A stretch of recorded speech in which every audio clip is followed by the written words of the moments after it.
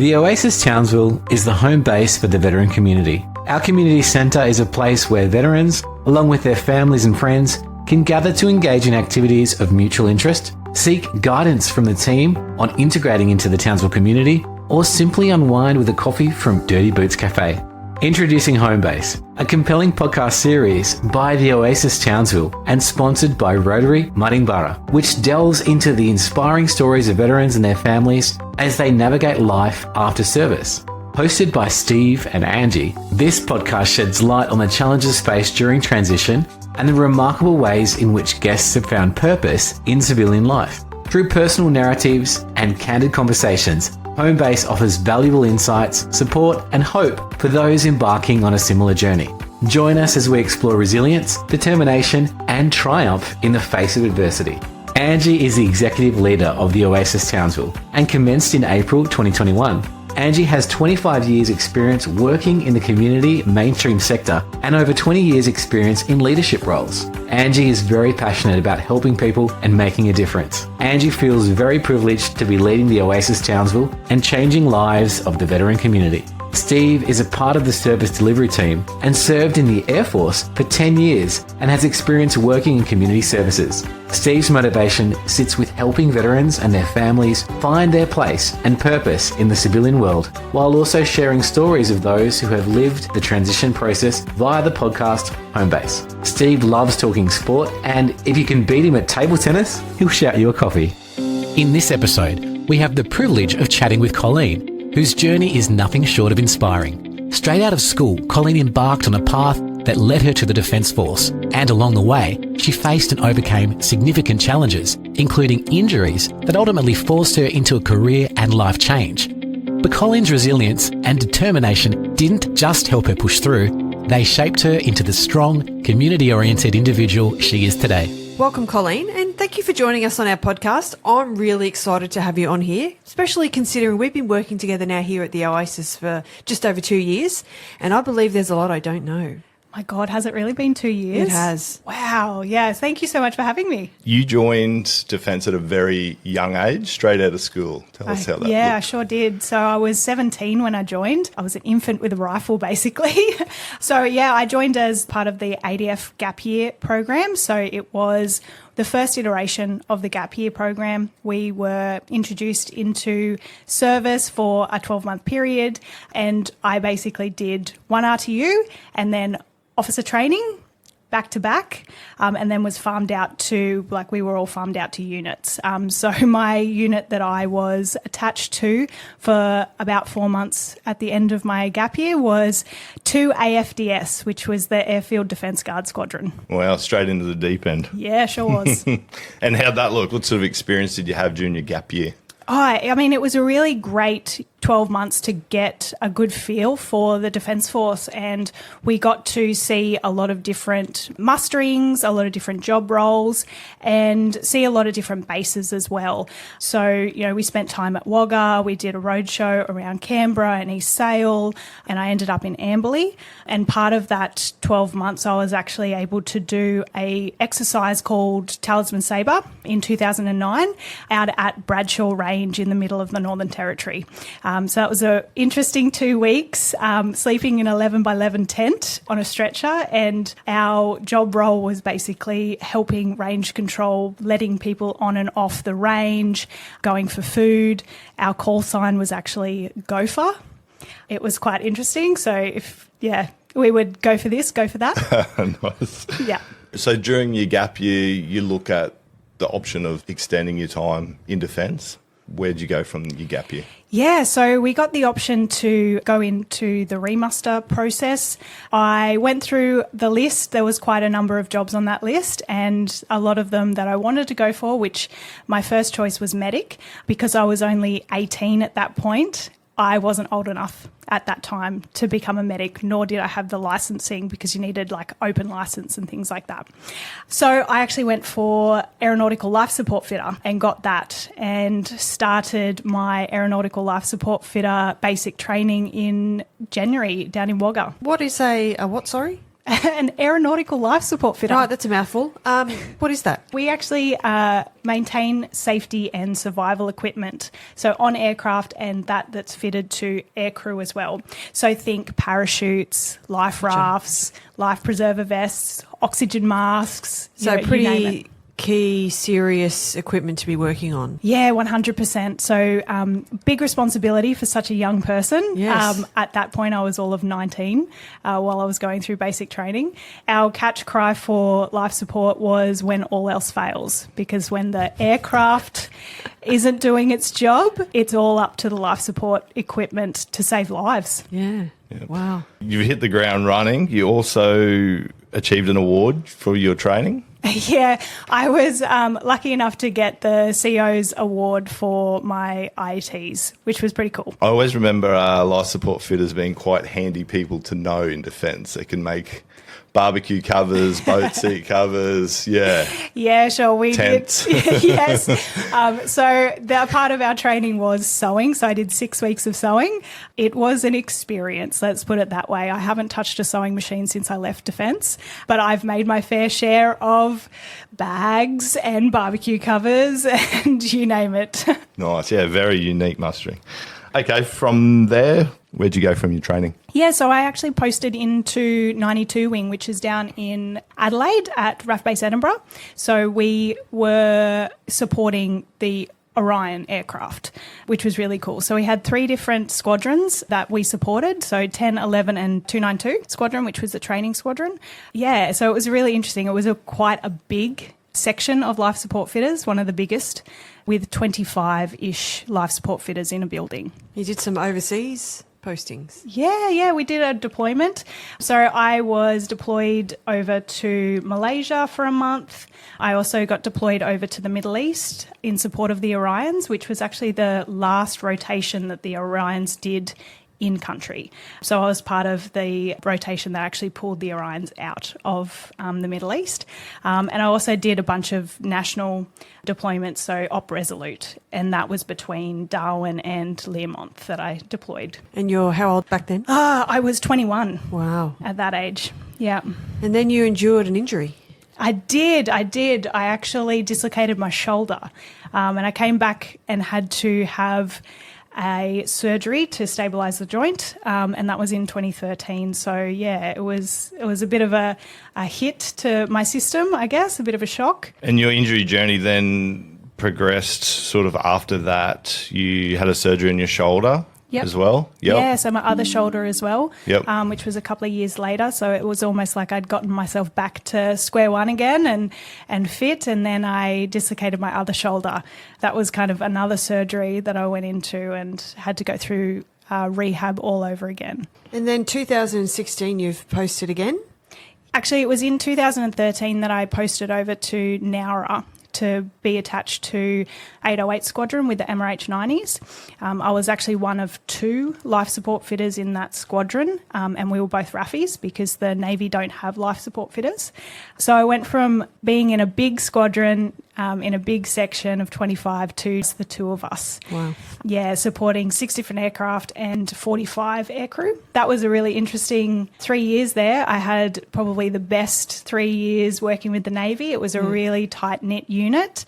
Both aircrew and maintainers and support sections were all really, really close, which was really, really cool. And I did quite a few really fun deployments with them as well, down to Tasmania and over to Adelaide again to be part of Clipsal 500 and a few other really cool things like meeting the royals when they came to Australia. So I got to meet Prince William and Princess Catherine and fit up all of their entourage for a trip up to the Blue Mountains, which was really, really cool. So getting to hang out at Admiralty House in Sydney with the Flash, yeah, with them. It's cool. Wow, that's really cool.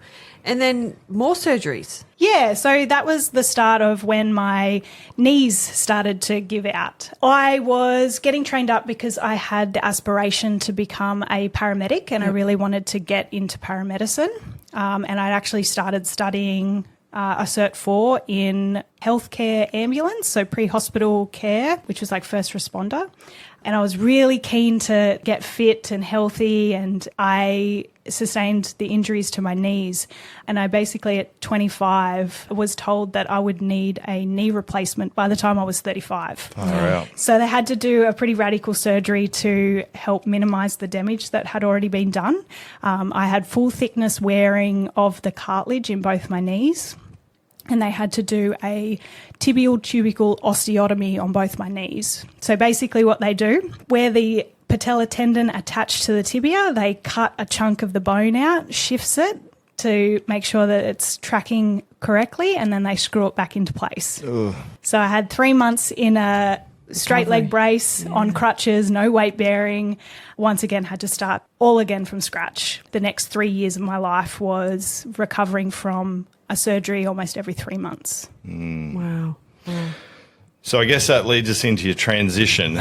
You then went through the medical review process? Yeah. So I went to UMEC, which was a confusing, confronting time, really was. So, as part of the MEC process, you get a recommendation from your GP, from your doctor. I found out in October of 2018 that I would be going to be recommended for medical discharge. I was in two minds about it. It was a bit like, I'd been fighting so long for getting healthy, for my job, to stay in defence, that I kind of had run out of steam by that point.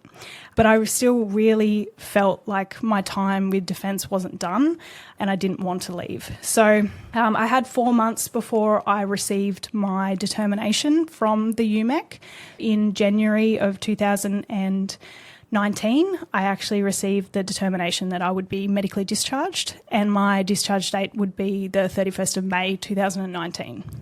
So basically you had 4 months to sort that out. Yeah. Yep. I had 4 months to start thinking about what my next move was. And, I went into planning mode and I guess panic stations, because I didn't know what I was going to do. I couldn't physically do my job, be a life support fitter anymore, because there wasn't a civilian equivalent unless you're a defence contractor. Very unique, Yes. I guess, job, yeah. Yeah, super unique.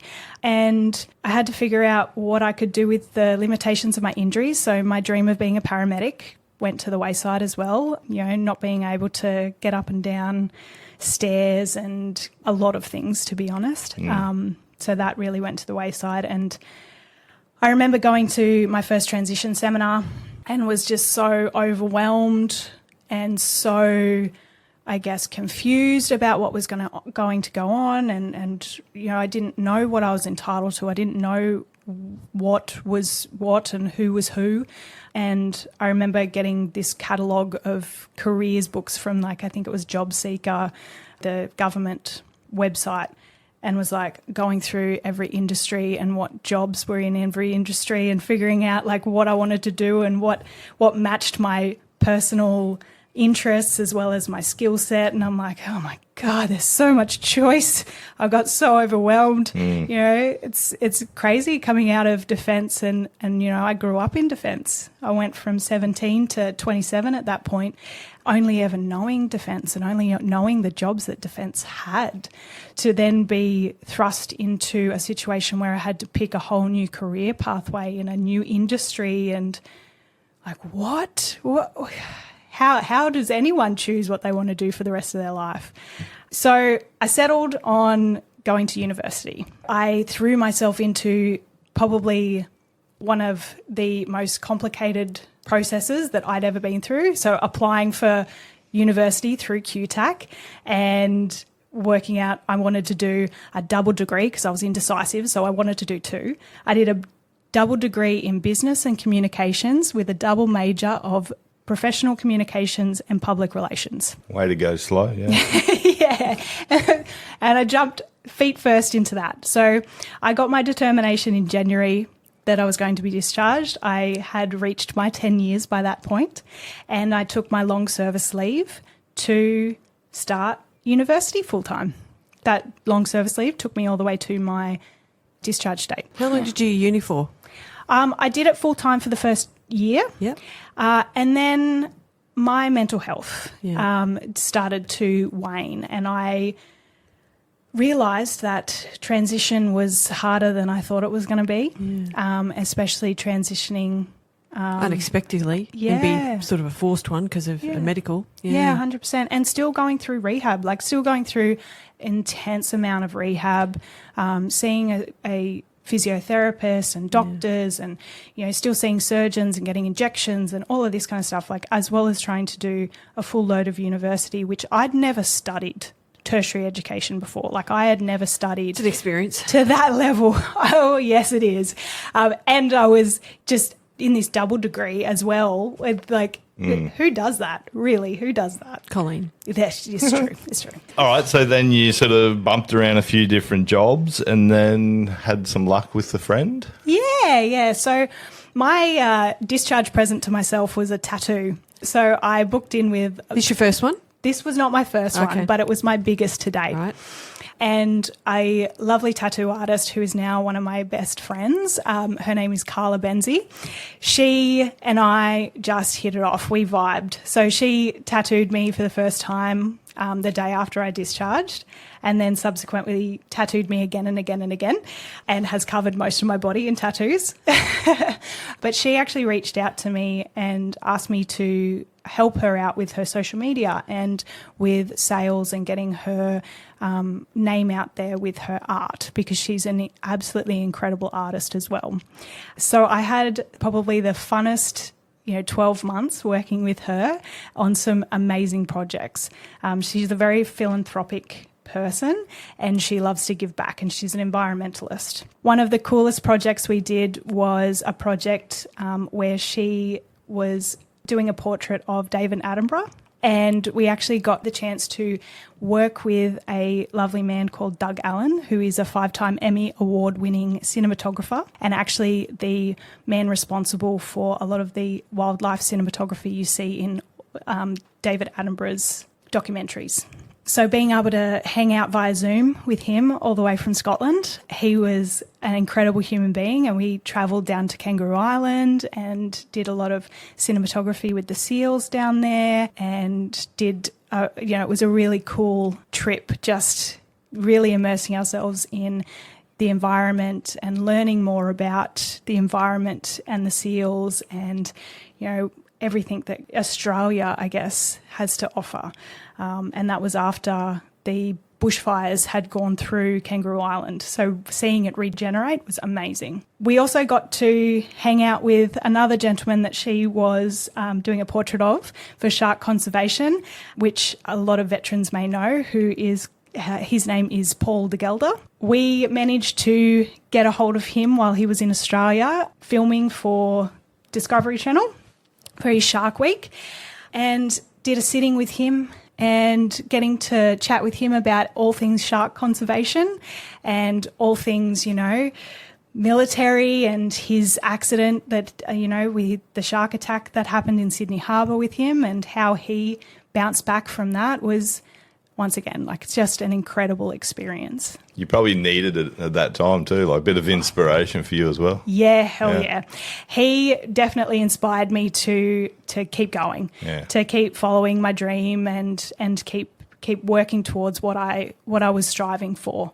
Yeah, 100%. Cool. So you sort of finished up with your friend there. You'd done what you needed to do and supported her what she needed. You then sort of moved on to Mates for Mates, was it? Yeah. So at the end of 2021, so I guess 2020 was a hard time for everyone, and we were still suffering the consequences all the way through 2021. COVID. Yeah, COVID was definitely tough, and I decided that I needed to do a full-time job, and I just happened to apply for a position with Mates for Mates and got it, which was amazing. And that was my first foray into working with veterans. So my position there was online liaison officer. So I've created and facilitated social connection activities in the online space. So it was all via Zoom. And through that, I met some of the most incredible human beings from all over Australia, and we even had people Zooming in from New York, to be part of those social connection activities. So we did craft and coffee catch-ups and things like that. And I think I was in that position for 3 months before I was offered a secondment to come up to North Queensland and be acting regional manager for Mates for Mates in Townsville. Wow, that's incredible. And that's certainly where we met you initially. My meeting anyway was you were using a space here where Mates for Mates were renovating their space. That's correct, wasn't it? Yeah, which was my first introduction to the Oasis was working out of this beautiful facility, and just the amazing human beings that work here at the Oasis and their warm and generous nature was really, really fun. And then it just happened, we had a program called Operation Navigator kick off, and myself and John were on the search for a project manager, and your name came across our table. Yes, indeed. I had decided that at the end of the contract for that secondment that I wanted to stay in Townsville. Yeah, I love the lifestyle, and I love being so close to the beach, even though you can't swim in the beach for most of the year. Yes. And you've been here with us for 2 years now running Operation Navigator, which has had its challenges and some incredible stories and very rewarding, I believe. 100%. So rewarding. And I've met some incredible young men and women who are currently serving through that. And then you started off a little side gig to improve yourself. Talk us through that. Yeah, so when I actually got the secondment up to Townsville, I decided that it was time for me to put my money where my mouth was and start bodybuilding. Wow. Where did you get that from? I actually had a really good mate who I worked with at Mates for Mates who was competing and was trying to, get me into it. And I was like, nah, not for me. And then when I got up here, I was like, oh, actually, that sounds like a really good challenge. That sounds like something that I could do. So once I got up here, it was literally the week that I got to Townsville, found myself a coach and made the decision that I was going to make it to stage. So I actually was in prep for 18 months. I saw you go through that journey. That was challenging. Yes, for sure. So over that 18 months, I dropped 27 kilos and walked on stage at the end of 2023, in September 2023, and it was the most incredible experience of my life. Definitely prep has its challenges. There was a lot to it. Watching what you eat, like each day, what you have to eat each day, Well, just the cutting when it comes to getting on stage was incredible. Yeah, 100%. And that's just the stuff that, you guys saw. The behind the scenes was, every morning I'd be in the gym for 2 hours. I'd be doing cardio for at least 45 minutes 3 or 4 times a week. I had to do upwards of like 20,000 steps a day.